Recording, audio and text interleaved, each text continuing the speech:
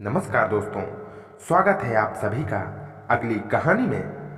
मैं शबनम आपके सामने हाजिर हूँ। मैं एक शादीशुदा औरत हूँ और मेरे शौहर कहते हैं कि मैं बड़ा की खूबसूरत हूँ। मेरा रंग एकदम दूध सा गोरा और रेशमी बाल एकदम स्याह काले हैं। मेरी उम्र 35 साल है। मेरे 3 बच्चे हैं। बड़े बेटे का नाम वाजिद है। वह 21 साल का खास गबरू युवा हो गया है। दूसरा बेटा आमिर है जो 19.5 साल का है और उसके बाद 18 साल का इमरान है। मैं आप लोगों को आज एक नई कहानी सुनाने जा रही हूँ। यह जो बात आपको बताने जा रही हूँ वह अभी कुछ दिनों पहले की ही है, जब मैंने अपने बेटों को आनंद दिया। कोविड के दौर से ठीक पहले मेरे शौहर एक रिश्तेदार के घर शादी पर गए थे और वह वहीं फंस गए थे।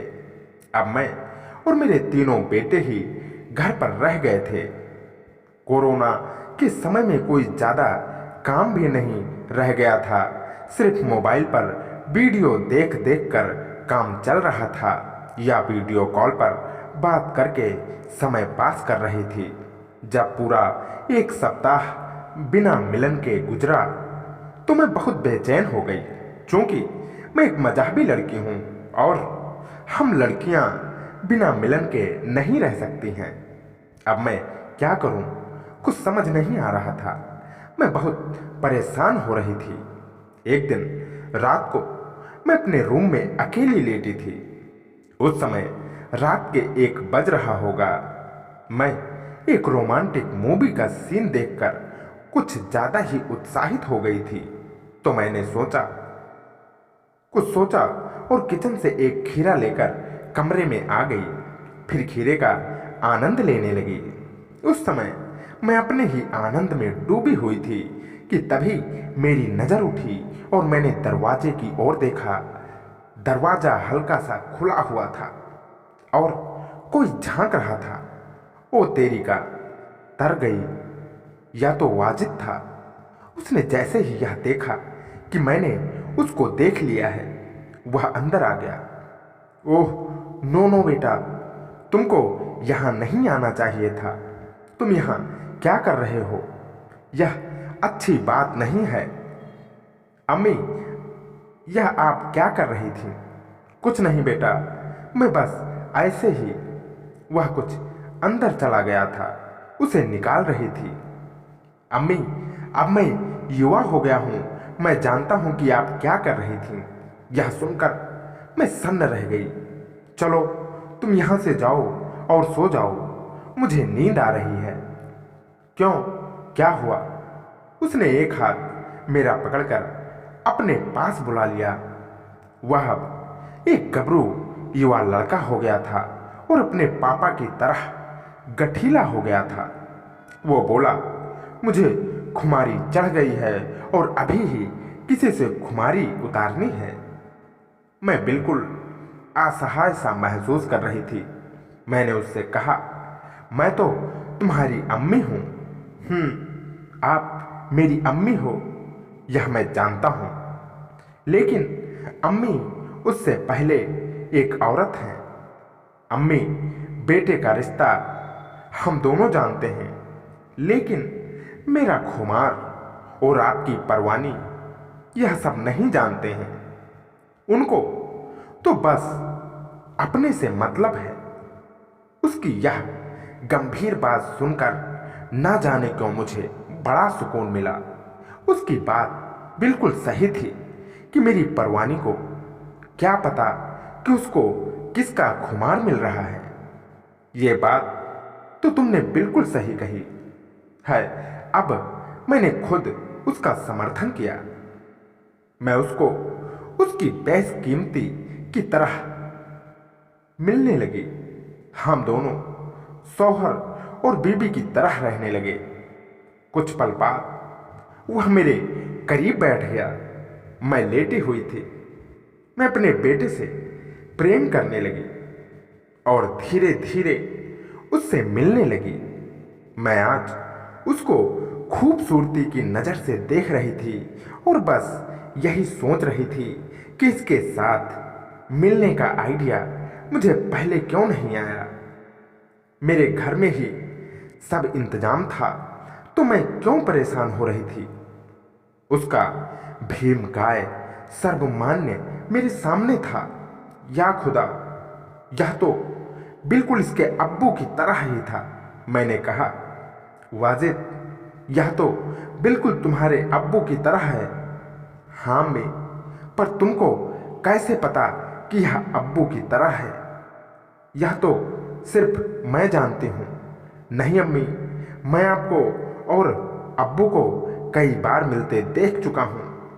अच्छा, तुमने यह आज से पहले क्यों नहीं बताया? वह उठा और मेरे करीब आ गया, बिल्कुल मेरे चेहरे के पास, और बोला, अम्मी, सच बताऊं, मैं कई बार आपसे मिलने के बारे में सोच चुका हूं, लेकिन मिलने की हिम्मत नहीं हो रही थी।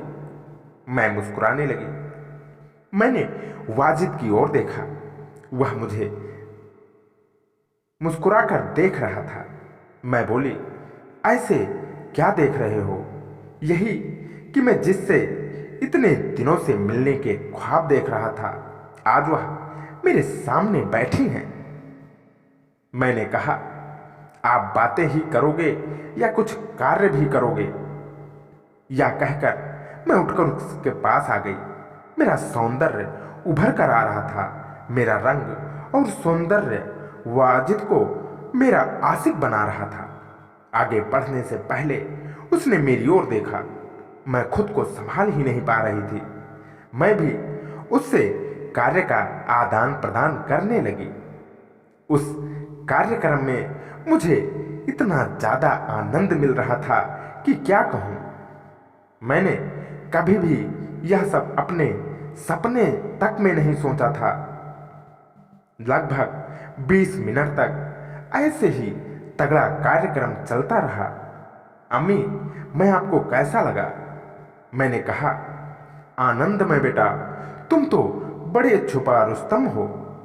इतनी अच्छी तरह कार्य करते हो, मुझे तो पता ही नहीं था।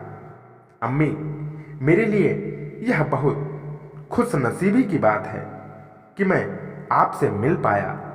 मुझे उस पर बहुत प्रेम आ रहा था। मैंने देखा कि वह बहुत उत्सुक है। कुछ ही देर की मशक्कत के बाद कार्यक्रम फिर शुरू हो गया। उसी वक्त मेरी नज़र दरवाजे पर गई। या खुदा, यह क्या? वह हल्का सा खुला हुआ था और कोई झांक रहा था। यह आमिर था। वह दरवाजा खोलकर अंदर आ गया। मैं बुदबुदाई, ओह नहीं नहीं, यह कुछ अजीब हो रहा है। तुम यहाँ क्या कर रहे हो? वह तो मैं आप दोनों के कार्यक्रम की आवाज़ से जग गया। लेकिन भाई, आपसे मिलकर यह क्या कर रहे हैं? वह कुछ नहीं, बस मेरी स्टेज में कुछ घुस गया है, उसी को निकलवा रही थी। अम्मी, मैं बड़ा हो गया हूँ और मैं जानता हूँ कि भाई आपसे मिल रहे हैं। हाँ, तो अगर मिल रही थी तो तुमसे क्या? तुम जाओ और जाकर सो जाओ। तुम अभी छोटे हो। क्यों भाई? ही क्यों? अम्मी, मैं क्यों नहीं? जबकि मैं कई बार आपको अब्बू से मिलते हुए देख चुका हूँ। तो मैं क्या करूँ? अब तुम यह कहोगे कि तुम भी मुझसे मिलना चाहते हो। हाँ, मुझे भी आपसे मिलना है, बल्कि मुझे आपसे मिलना ही है। मैं हंसने लगी और वाजिद भी हंसने लगा। फिर वह भी मेरे पास आ गया।